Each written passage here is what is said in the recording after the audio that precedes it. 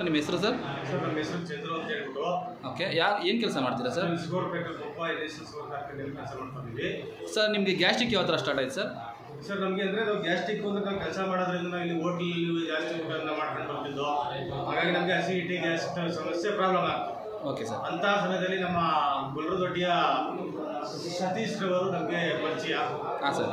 ಅವರು ನಾಟಿ ಕೋಳಿ ಫಾರಂ ಇದೆ ಅವರು, ಅಲ್ಲಿ ಒಂದು ಆ ಪರಿಚಯದಿಂದ ನಮಗೆ ಒಂದು ಈ ಒಂದು ಸ್ಟಮಕ್ ಕೇರ್ ಅಂತ ಹೇಳ್ಬಿಟ್ಟು ಆಯುರ್ವೇದಿಕ್. ಹಾಂ ಸರ್. ಇದನ್ನ ನಮಗೆ ಅಡ್ವೈಸ್ ಮಾಡಿದ್ರು. ಹಾಂ ಸರ್. ನಾವು ಇದನ್ನು ಒಂದು ತಿಂಗಳ ಮಟ್ಟಿಗೆ 2 ತಿಂಗಳ ಮಟ್ಟಿಗೆ ಉಪಯೋಗಿಸ್ತಾ ಬಂದು ಆ ಕಂಪ್ನಿಯವರು ನಮ್ಗೆ ಯಾವ ರೀತಿ ತಗೋಬೇಕು, ಊಟ ಆದಮೇಲೆ ಯಾವ ರೀತಿ ತಗೋಬೇಕು ಅಂತ ಒಂದು ಮಾಹಿತಿ ಕೊಟ್ಟಿದ್ರು. ಹಾಂ ಸರ್. ಆ ಒಂದು ಆಧಾರದ ಮೇಲೆ ನಾವು ಇದೊಂದು ಸ್ಟಮಕ್ ಕೇರನ್ನು ಕುಡಿತಾ ಬಂದು ನಮಗೆ ಯಾವುದೇ ರೀತಿ ಇವತ್ತು ಗ್ಯಾಸ್ ಟ್ರಬಲ್ ಇಲ್ಲ.